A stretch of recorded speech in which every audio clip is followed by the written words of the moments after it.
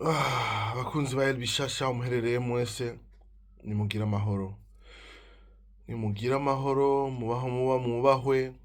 Nifuza yuko mwese mwubaho mutababaye, ko mwese mwubaho uko muvyifuza, mu munezero ntangere, mukava mu bwiza muja mu bundi.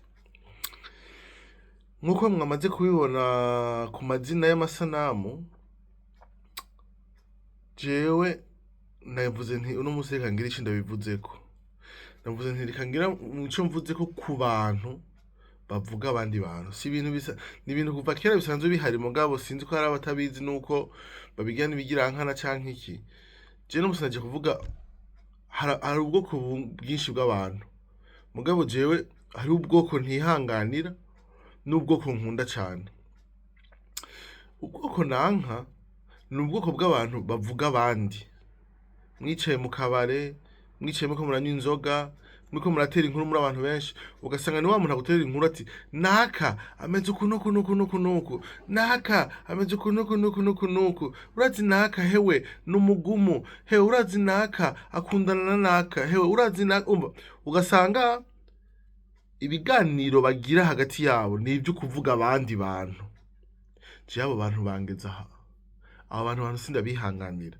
Numvise nicaye ku meza na wewe canke nicaye mu mugwi nje na wewe, nkumva utangiye kuvuga abandi bantu, mu ntahure neza kuvuga abantu si bibi, ariko uvuze uti jewe na naka twarashikiwe n'ibintu nibi, acanke ati jewe na naka harabaye iki niki niki niki, ubwo si urusaku, iyo ni inkuru iba yarabayeho. Ariko inkuru utera atariho wari uri, mbe urazi ngo naka yarashatse kwiyahura ngo kubera bamutoye sida. Urumva siho wari uri igihe bayimutora iyo sida, ntimwari kumwe igihe vyaba, ntavyo yaguteye inkuru uwo muntu, ariko ni inkuru wumvise ahantu, none urayizanye uje kuyitera inkuru twebwe. Ikibazo mafise ni mbega iyo nkuru uzanye itwungura iki? Iyo nkuru ubuzanye itwungura iki? S'il vous plaît, nyishura. Iyo nkuru ubuzanye twishure idufasha iki? Idushikana kuki? Ndabizi neza ijana kwijana yuko hari abantu benshi, ndafise n'abagenzi banje bameze uko, muganje yintu mbise utanguye kuvuga ibintu nk'ivyo, ndagusamira hejuru nkavuga nti mon ami, ntusubire kuvuga abandi bantu. Nimba ataco mwabaye ko muri kumwe, reka gusakuza. Abo ni ubwoko bw'abantu ntakunda. Ngaca ngaruka ku ruhande ruhande, ndakunda abantu bayaga ivyunguka. N'umuntu muganira mumaze nk'iminota 10 mukuraga, acabwa ati mbe uretse kuko ibi nibi usanga birimwo inyungu. Simpaka ari inyungu y'amafaranga, ushobora kunguka ubumenyi, ushobora kunguka amafaranga, ushobora kunguka abagenzi, ushobora kunguka bavyita ngo iki yaja mu Kirundi, uriyubura, uraba umuntu mushasha kubera ubumenyi, ibintu bishasha mu mutwe urakura mu mutwe, ukiyumvira ibintu bishasha utahora ufise mu mutwe. Kubera iki? N'abantu muko muraganira bafise imigambi, bafise iyo bashaka gushika, bafise intumbero, bafise gahunda mu buzima. Ivyo bintu bibiri rero niko meze je. Ndanka umuntu avuga abantu, ndakunda umuntu avuga imigambi, ndakunda umuntu anyungura ubwenge, ndakunda umuntu afise ivyunguka, ndakunda umuntu afise intumbero iyo ashaka gushika. Kenshi muri bajya abantu usanga bavuga abantu, reka ndabireke. Navumvise ndibaza, sinibaza yuko kuvuga menshi siko kuyamara, kandi hari ico bimaze kuvuga menshi. Ndabasabye rero, nimba uri muri abo bantu bavuga abantu, ejo niwasubira kwiyumvira imbere yo kuvuga ikintu gisunitswe n'impemu, banza ugumize ngaha ku rurimi amajambo ngira uvuge, uca uyajana ngaha mu mutwe wiyumvira ati mbega aya majambo ngira mvuge naye kugira tube turatera inkuru canke naye aza kungura ikintu. Mu gihe iyo uravuga ikintu atanyungu kizana, wofu umuziba, wofu umuhora. Iyo ushaka kuvuga ikintu ukaba uzi ko ico kintu ata kintu na kimwe c'inyungu kizanamo, nta n'akamaro na kamwe kaba kagihari. Ico kintu niyo wofu umuhora, ugafuma unywa itabi cyangwa ukanywa urumogi cyangwa ukanywa inzoga ziyayura umutwe cyangwa ugafata ibiyayura mutwe, wofu umuhora. Hakuja kuvuga ikintu atacemezo ufitiye, ata nyungu n'imwe kizana, atari gufata ibintu vyose ubizane hama uhejeje kubivuga wiyumvira uti mbega ko mejeje kubivuga niyihe nyungu bizanye. Haje iyo ubanje kwiyumvira ikintu inshuro ndwi imbere yo kukivuga, kenshi uvuga ikintu cubaka, kuko hakuvuga ibidakenewe wo kwihorera.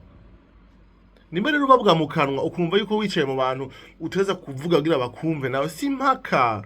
Urashobora kwicara ugahora, mwese mugahora, mpaka umuntu azanye umugambi canke azanye ikintu cungura abandi. Ahandi hohora. Ushobora kuba ubivuga kubera wanyoye inzoga. Ushobora kuba ubivuga kubera iki birakurenze. Ushobora kubivuga kugira ugire iki wipendekeze, wikundishe ku bantu. Ushobora kuba ubivuga ufise gahunda nyinshi zitandukanye. Mugabo nimba hari ikintu nzi neza 100%, nuko jenda kumvise ukavuga ibintu nk'ivyo, sinshobora kwihanganira. Bikunze ahantu wicaye nca nahaguruka nkaja kwicara mu bandi bantu. Bidakunze naho ncafata nkuko wewe ntashaka kumviriza, ni nkuko noca mfata nkazimya amajwi yawe, bica byinjira ngaha bigasohokera ibyo uriko uravuga, ko nta gaciro nshobora kubiha. Kuri iyo mvo rero, mu gihe ata gaciro nshobora kubiha, mbashaze gukoreka yuko ibintu uriko urakora atakamaro na kamwe bifise. Atakamaro na kamwe bifise. Vyari ivyo bakunzi ba Bishasha, nivyo nashaka kubabwira. Numva ikiri ku mutima cururutse. Hanyuma amasanamu sinkigira menshi, naremeye babwiye mu minsi iheze, naremeye ubuka integeka. Naremeye kuzoza ndabaha amasanamu buri munsi iminota 12, mugabo hagati y'ivyo nkora ndakeneye abakozi benshi cyane. Nimbura umuntu ari mu Burundi ukabuze kuri umuntu w'umushinga ntahe cyangwa umupfasoni, ukabumva ushaka gukora, muranyandikira, murandondera kuri Bishasha, ndahari, dukorane kabisa, kuko akazi ni kenshi, umwanya ni muto. Sishobora kubikora byose ngo ndabimaze, ntivyo ukunda kabisa. Kuri iyo mvore nci tumvuga nti jewe umuntu wese yoba hari ashaka ko dukora ivyunguka, nandondere kabisa. Andondere, tuvugane, dukore, tugire ico dushitseko. Ego, ikindi ni igiki gabasha mbere ko ndabasezera. Nizere ko mubandanye mucukura ubutare bwa P Network. Nizere ko mwese uko umunsi uheze mwugurura ka P Network mukagafyonda, mugaca mubandanye mwikorera akazi kanyu. Mukabandanye mwikorera akazi kanyu, kuko naho uri kurakora kandi kazi, amahera nayo bariko arinjira. Musanzwe mubizi, sinzi yuko ari bose babizi, mugabo P Network naho vyogenda gute ku munsi uraronka n'ibihumbi 5. Nari ibihumbi 5 n'amahera make by'amarundi. Sibike sinibaza, kuko nta numwe azoza kuyakugabira misi yose, kiretse uri umumaraya uja kuyarondera ahantu bisemba abagabo bakayakugabira, canke uri umuhungu umupfubuzi abashugamami bakakugabira amahera.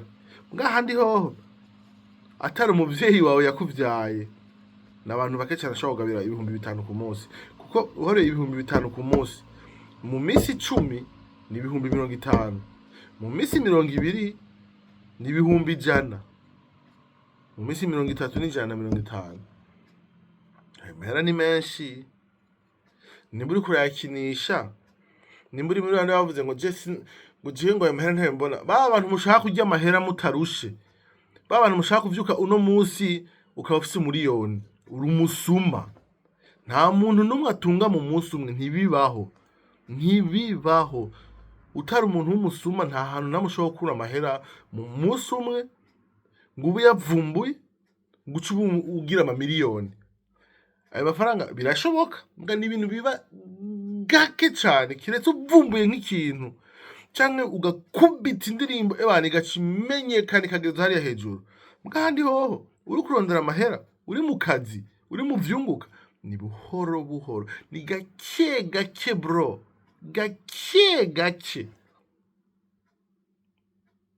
Kuri iyo mvo rero nobasaba yuko mwese aho muherereye, ababitanguye mwibandanirize, ababihevye murashaka mubireke ntimuzosubire, kuko bavuga ngo no mw'ijuru hari Imana iri, abamarayika ntibangana. Kuri iyo mvune n'ubutunzi ntituzobunganya. Jewe ubu tuvugana ngeze ku bihumbi 14,869 kandi ndacari ku kivi, ndabandanya ndi ku kivi. We rero ufise pizi ibiri we kuza waracitse imvutu ntibisanzwe kabisa. No mw'ijoro abamarayika ntibangana, urigumira uko.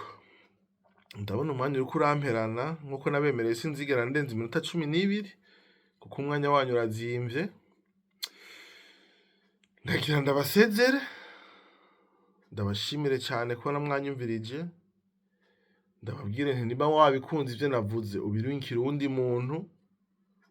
Ndababwire nti nimba ufise intererano wompa uyandike munsi, hahandi muzi hajya munsi, umpe iciyumviro cawe. Nimba wabikunze ubimenyeshe, nimba wabigaye ubimenyeshe. Hari ahantu uvuga gutya ati gutya bisigura nabishimye, hariho gutya bisigura nabigaye. Mugano usaba ko ushima ugaya umbwira impamvu wabishimye n'impamvu wabigaye. Gutyo biramfasha kwikosora, gutyo muri kazoza nkashobora kuba ndi umuntu yisununuye mu bwenge, mu bumenyi, mu myifato no mu mibereho. Ahasigaye abantu muri mu Burundi bwa Nyaburunga ndabakunda cyane. Abantu mwese aho muri kwisi nzima bivaye naho muherereye, mugiraho muba mwubahwe, mubandanye mucukura ubutare bwa P-Network, mubandanye muba mu bwiza, muva mu bwiza muja mu bundi, mubeho mutababaye. Ahasigaye El Bishasha babwiye ati mugira amahoro.